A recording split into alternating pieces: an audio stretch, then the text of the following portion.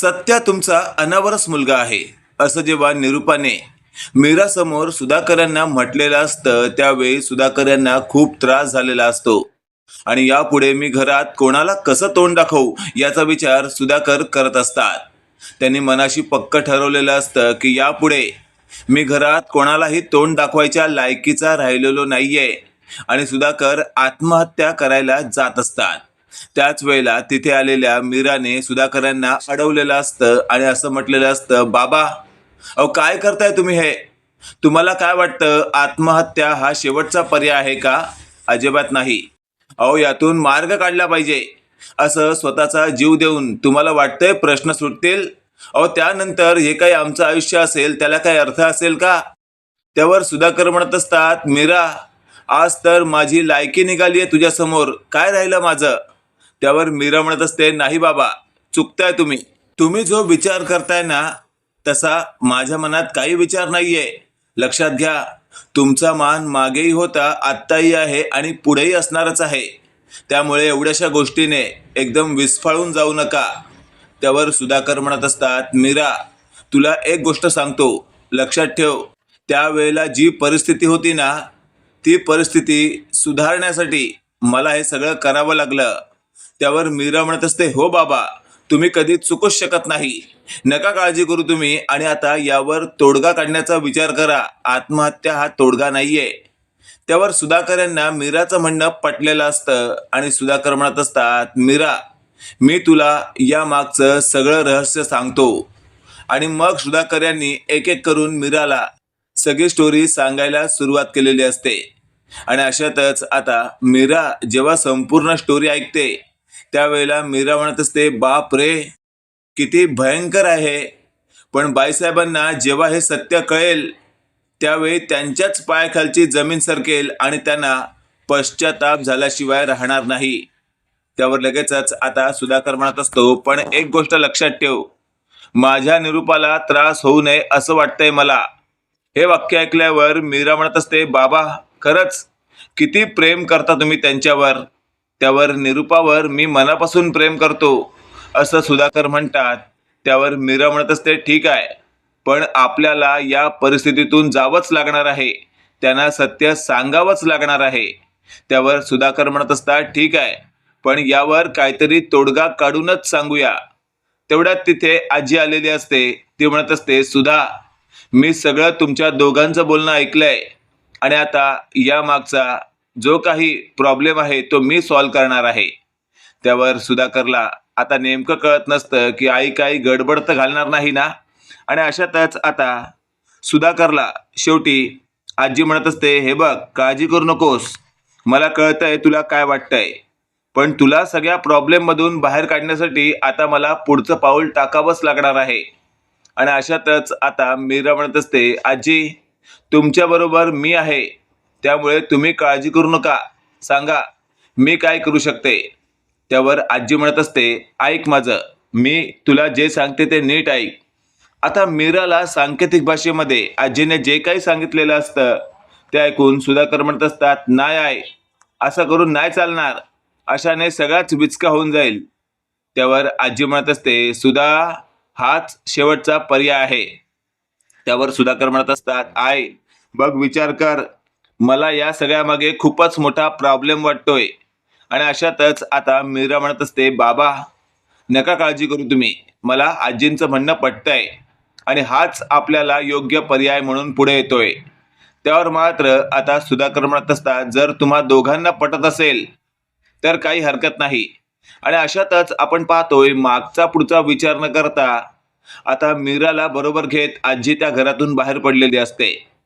दोघंही घरातून अचानकपणे कुठे गायब झाले याचा विचार आता निरूपा करत असते.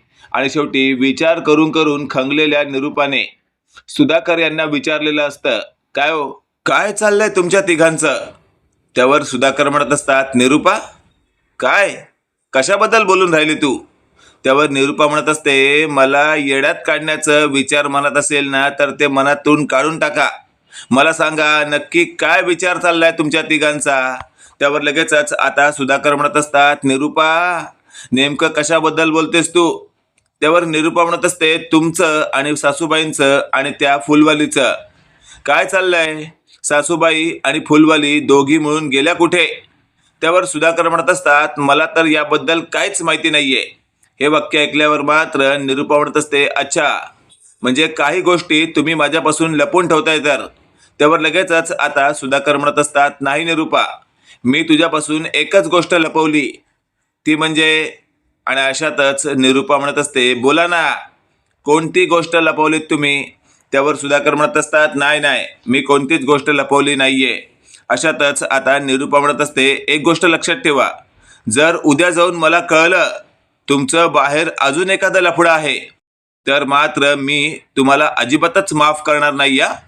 त्यावर निरुपाला शांत करत आता सुधाकर म्हणत असतात, शांत हो, काही गोष्टी तुला कळतील, पण तोपर्यंत वेळ निघून गेलेली नसावी.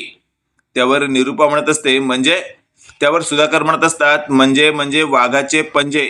आणि लगेचच सुधाकर आपल्या बेडरूम मध्ये जातात. इकडे आपण पाहतोय आता बराच वेळ झालेला असतो. आजी आणि मीरा एका वस्तीमध्ये कोणाला तरी शोधत असतात. त्या वस्तीमध्ये शोधणाऱ्या व्यक्तीचं नाव आजीला नेमकं आठवत नसतं. मीरा म्हणत असते, अहो आजी, असं काय करताय?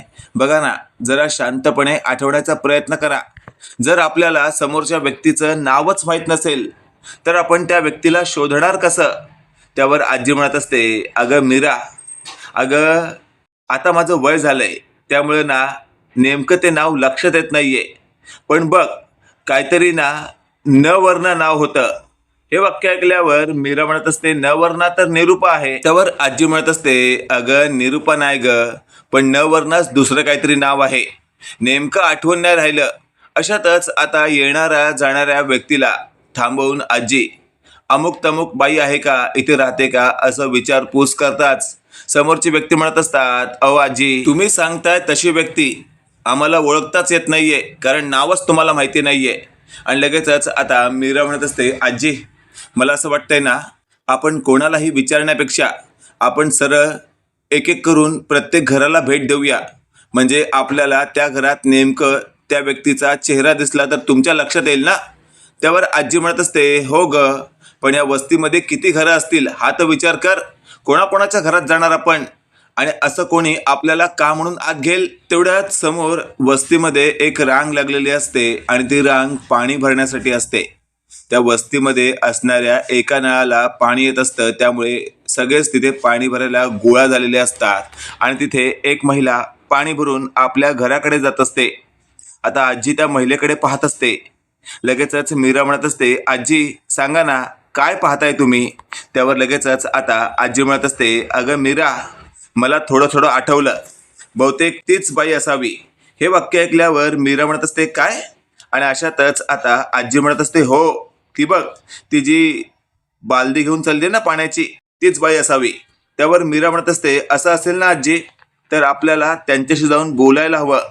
अशातच आपण पाहतोय आजी आणि मीरा त्या बाईच्या पाठीपाठी तिच्या घरापर्यंत जातात आणि तेवढ्यात त्या बाईचं लक्ष या दोघांकडे जातं आणि ती म्हणत असते, कोण हवंय तुम्हाला? आता त्या बाईचा संपूर्ण चेहरा आजी समोर येताच आजी म्हणत असते, अगं अगं, तू मला नाही ओळखलास? त्यावर मात्र आता ती बाई म्हणत असते, कोण आहात तुम्ही? त्यावर लगेचच आता आजी म्हणत असते, अगं असं काय करतेस, तू मला ओळखलं नाहीस का? बघ, विचार कर, मी मी आणि अशातच आता थेट ती बाई म्हणत असते, हो हो हो, तुम्हाला कुठेतरी पाहिल्यासारखं वाटतंय. त्यावर लगेचच आता मीरा म्हणत असते, ताई प्लीज आठवा ना, तुम्ही नेमक्या कोण आहात सांगा. त्यावर लगेचच आपण पाहतोय त्या बाईने म्हटलेलं असतं, माझं नाव नीलावती आहे. हे वाक्य ऐकल्यावर आजी म्हणत असते, अगं हो की, न पासून नीलावती, मी तुला मगाशी नव्हतं का म्हटलं, न पासून. त्यावर लगेचच आता मीरा म्हणत असते, आजी, म्हणजे आपण ज्या बाईला शोधायला आलो आहोत त्या याच आहेत तर? त्यावर लगेचच आता आजी म्हणत असते, अगं हो, हीच आहे ती. आणि अशातच आपण पाहतोय आता ती नीलावती म्हणत असते, बरं ठीक आहे, मीच आहे, पण मला का शोधताय तुम्ही? त्यावर आजी म्हणत असते, अगं असं काय करतेस, मी सुधाची आई. हे वाक्य ऐकल्यावर त्या बाईला थोडंफार आठवतं आणि ती म्हणत असते, सुधाकर, सुधाकरांच्या आई आहात तुम्ही? त्यावर लगेचच आता मीरा म्हणत असते, हो. आणि अशातच आता थेट त्या बाईने त्या दोघांना आत घेतलेलं असतं आणि मग त्या तिघांमध्ये चर्चा सुरू असते. अशातच आता आजी म्हणत असते, काय ग, कशी आहेस तू? खूप दिवस झाले, एकदाही भेटायला आली नाहीस. त्यावर ती बाई नीलावती असं म्हणत असते, आई, तुम्हाला तर माहितीये, त्या घरात निरुपा असताना तिकडे मी कशी काय येऊ शकते? त्यावर लगेचच आपण पाहतोय आजीने असं म्हटलेलं असतं, हे बघ, आता ती वेळ आली आहे की ते रहस्य सगळ्यांसमोर आलं पाहिजे, जे नेमकं अजूनही दडवून ठेवण्यात आलंय. त्यावर मात्र आता कोणतं रहस्य, असं जेव्हा त्या बाईने मीरासमोर विचारलेलं असतं, त्यावेळेला आजी म्हणत असते, हे बघ, रहस्य काय आहे तुला माहिती आहे, आणि तुला सांगते, या मीराला सुद्धा माहिती आहे. त्यामुळे तू आता जास्त विचार करू नको. त्यावर ती बाई म्हणत असते, ठीक आहे, तुम्ही म्हणत असाल तर आपण त्या रहस्याचा भांडाफोड करूया. आणि अशातच आपण पाहतोय आजीला फायनली आता बाजूला घेत त्या बाईने असं म्हटलेलं असतं, यानंतर जे काही पडसाद उमटतील त्याचं काय? त्यावर आजी म्हणत असते, ते काय करायचं ना ते मी बघून घेईन, त्याची काळजी तू करू नको. आता असं स्पष्टपणे म्हटल्यानंतर फायनली मागचा पुढचा विचार न करता या बाईने देखील आता या दोघांना हेल्प करायचं ठरवलेलं असतं. इकडे आपण पाहतोय दुपारची वेळ असते. निरुपा घरात असते. पंकज तिला म्हणत असतो, काय ग मॉम, कसला विचार करतेस तू? मला एक सांग, काय गडबड आहे नेमकी? तू आता खूप डिस्टर्ब दिसतेस. त्यावर निरुपा म्हणत असते, हे बघ, मी तुला काय सांगते नीट ऐक. मला असं वाटतंय, ती जी मीरा आहे ना, आणि ती माझी सासू तुझी आजी, ते नेमकी ना दोघी काहीतरी उचलापती करायला गेले आहेत. त्यांच्या उचापती पूर्ण व्हायच्या आधी आपण काहीतरी बॉम्ब टाकूया. त्यावर पंकज म्हणत असतो, मॉम, कुठे युद्ध चालू आहे आणि आपण बॉम्ब टाकायचा? पण आपल्याकडे बॉम्ब आहे का? त्यावर निरुपा कपाळावर हात मारते आणि म्हणत असते, काय तू पंकज, खरंच मी उगाच तुला हुशार समजते. तू फक्त नावाला शिकलेला आहेस, पण जनरल नॉलेज तुझ्याकडे अजिबातच नाहीये. त्यावर पंकज म्हणत असतो, मम्मा, अगं गंमत करतोय मी, तू पण एवढी सिरियस का होतेस ग? त्यावर लगेचच आपण पाहतोय निरुपा म्हणत असते, ही गमतीची वेळ नाहीये, हो सिरियस. आणि लगेचच पंकज सिरियस होतो. पंकज म्हणत असतो, काही झालं तरी मी आता शांत बसणार नाही. मी आता त्या सत्याला चांगलीच त्याची जागा दाखवून देणार. त्यावर निरुपाने पंकजच्या कानाखाली दिलेली असते आणि असं म्हटलेलं असतं, डोकं फिरले का तुझं? कुठे काय बोलायचं कळत नाही तुला.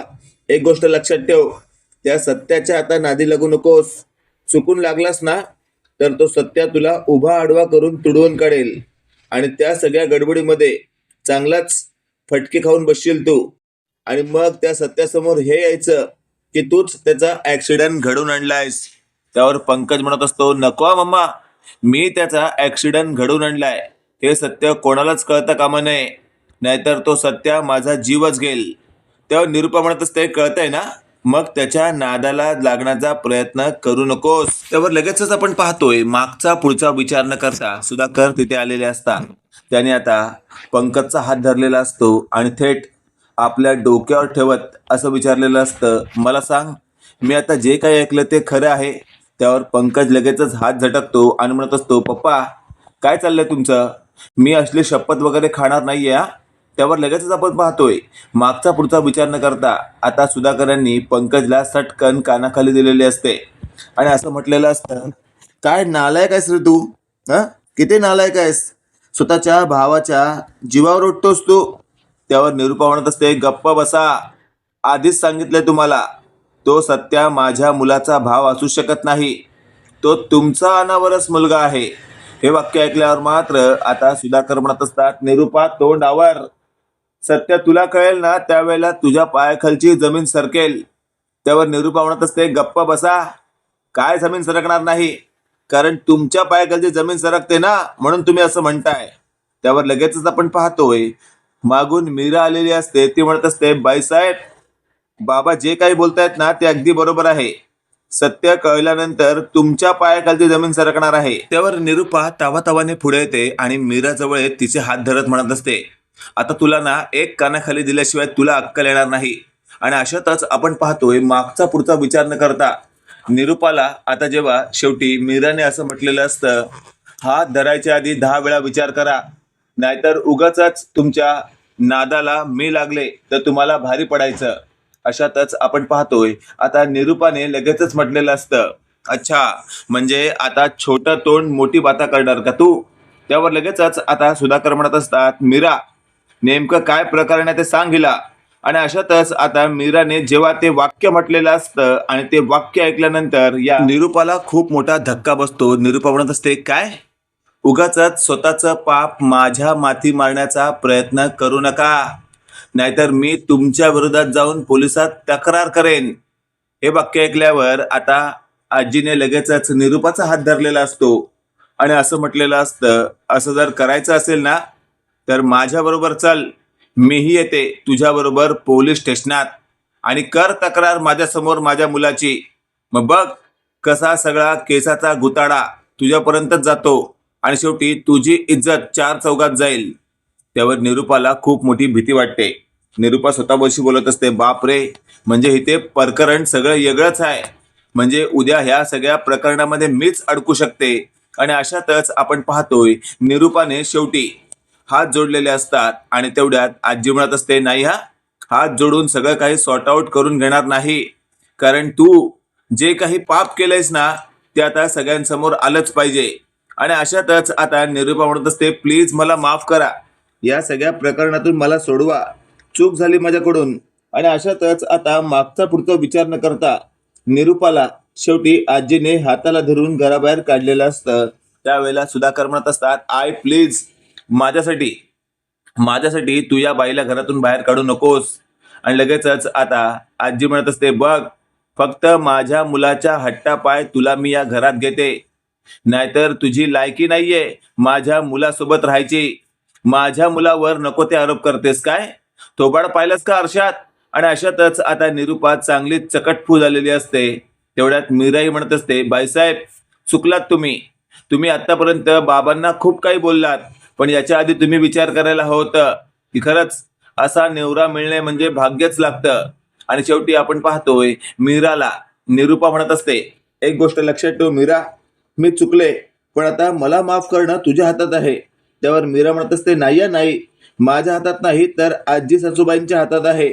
त्यावर लगेचच आता निरूपा मागचा पुढचा विचार न करता या आजीच्या पाया पडते आणि म्हणत असते, आई आई मला माफ करा. मित्रांनो, काय वाटतं तुम्हाला, खरंच येत्या काळामध्ये या निरूपाबरोबर असंच व्हायला पाहिजे का? आणि या निरूपाला माफ केलं गेलं पाहिजे का? कमेंट करून नक्की कळवा. आणि असेच नवनवीन अपडेट पाहण्यासाठी व्हिडिओला लाईक आणि चॅनलला नक्की सबस्क्राईब करा. धन्यवाद.